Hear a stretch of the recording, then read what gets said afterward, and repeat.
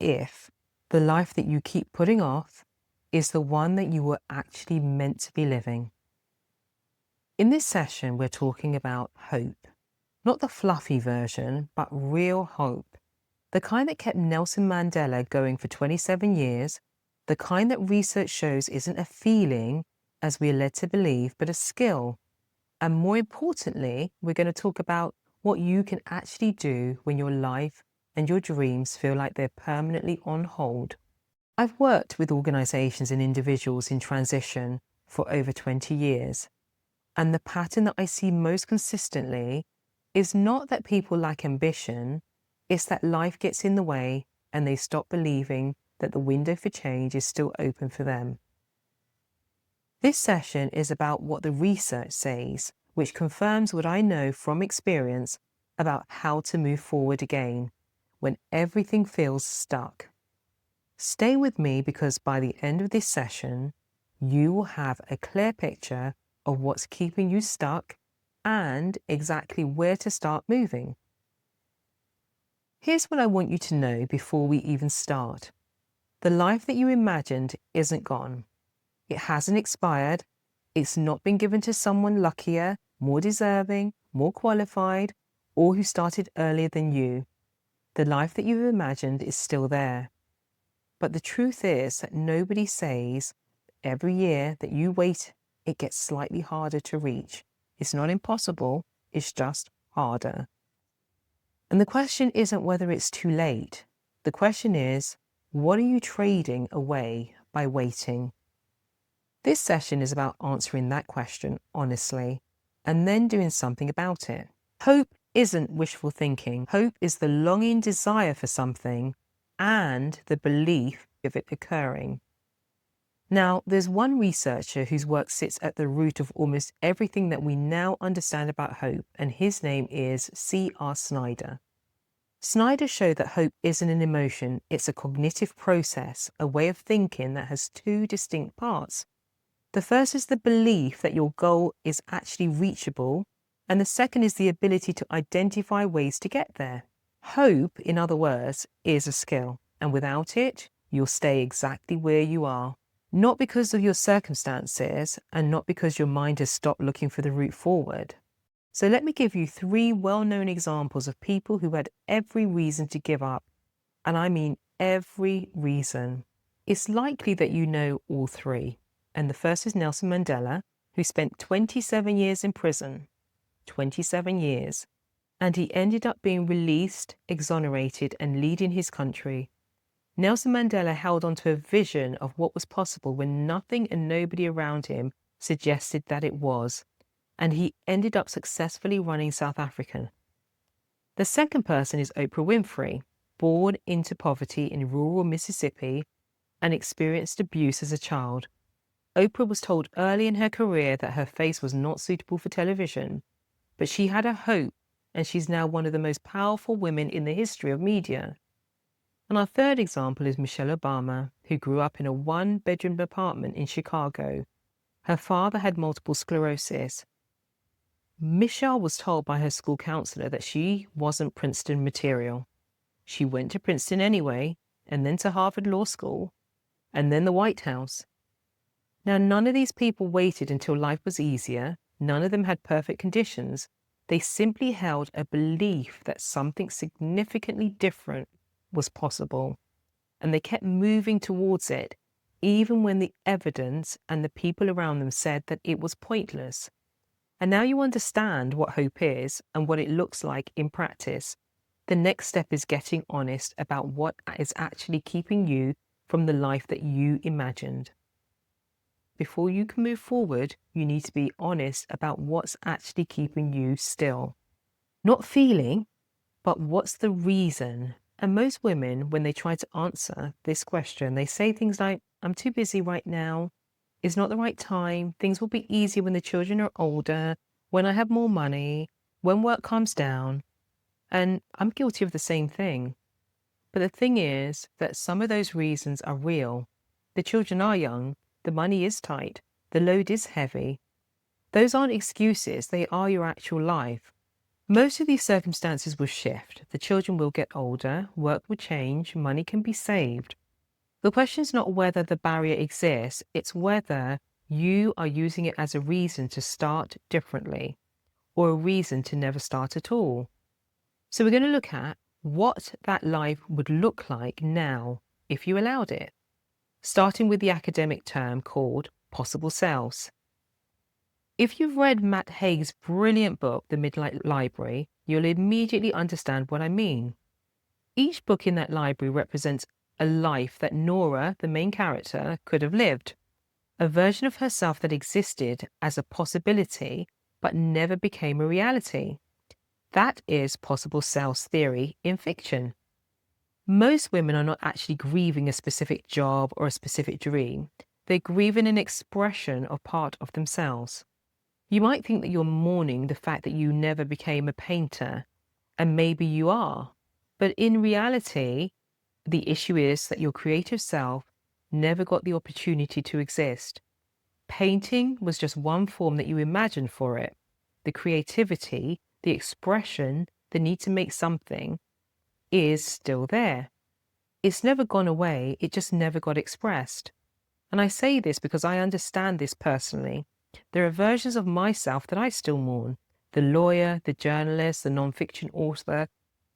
I didn't become any of those things in the way that I'd once imagined, but I'm finding the essence of what drew me to them through the research, the writing, the need to make a case and improve people's lives.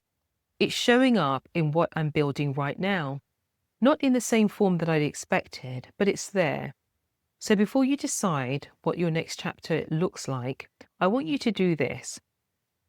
Ask yourself, what was the version of me that I always imagined becoming? Not the job title, the person. What did she do? How did she feel? What did she create or contribute or stand for? And then ask, what is the underlying pattern of that?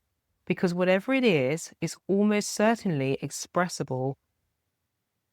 And it might look different from what you imagined at 25, but different does not mean that it's gone. Different is just a new form for the same thing. Now, here's how some women get stuck. Some women look at the full version of what they wanted and they conclude that the distance is too great, so they do nothing. But what I want you to do instead is find that intersection, the point where the three things meet, what you genuinely want, what you believe is actually possible for someone in your circumstances, and what routes exist right now to get you closer to that.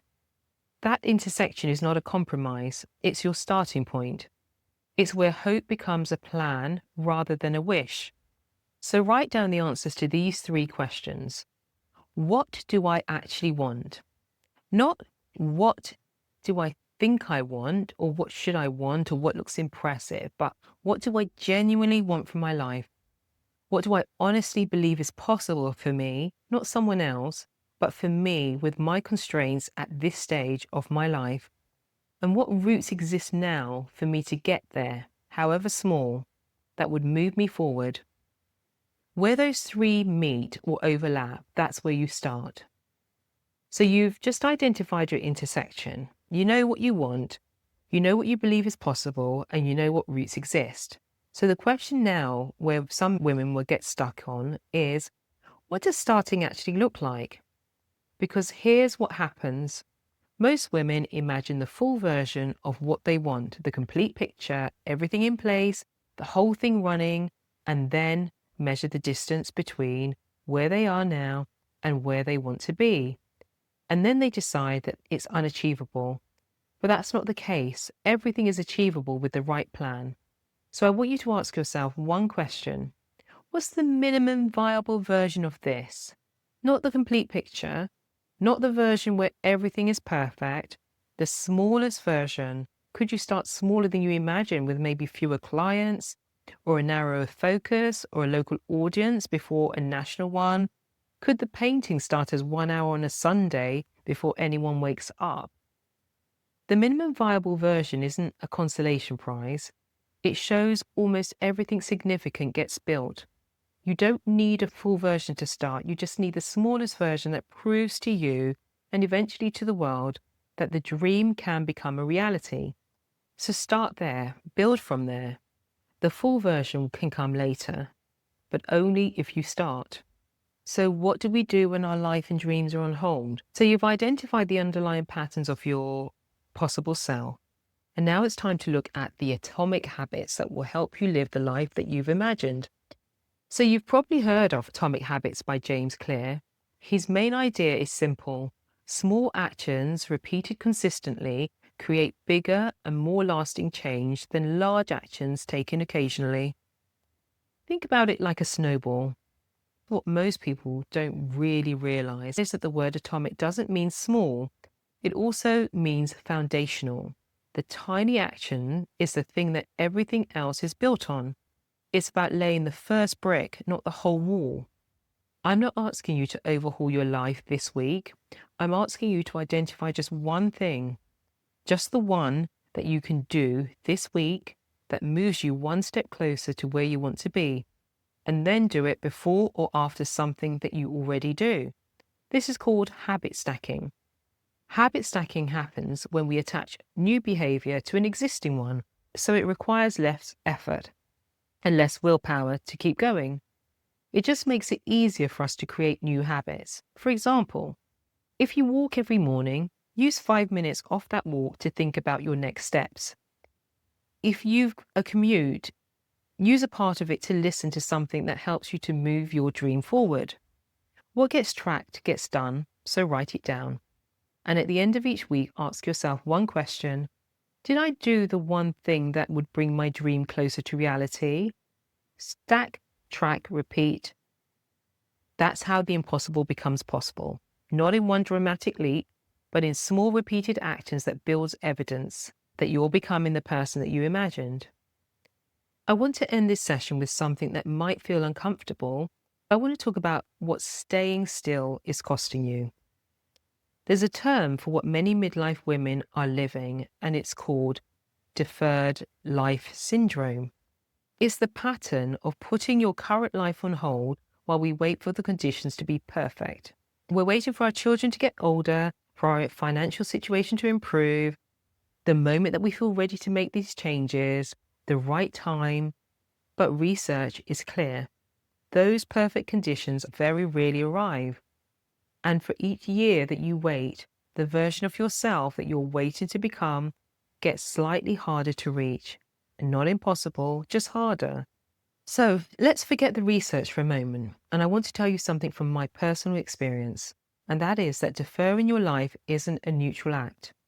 It does have a cost, and that cost can accumulate silently in the form of a distinct feeling of dissatisfaction. It could be in the form of a recurring thought that there must be something more to life than this, or from exhaustion of doing everything for everyone except for yourself. So I want you to ask yourself one honest question. Where will I be in 5 years if nothing changes? Where will you actually be if you make the same choices that you're making right now?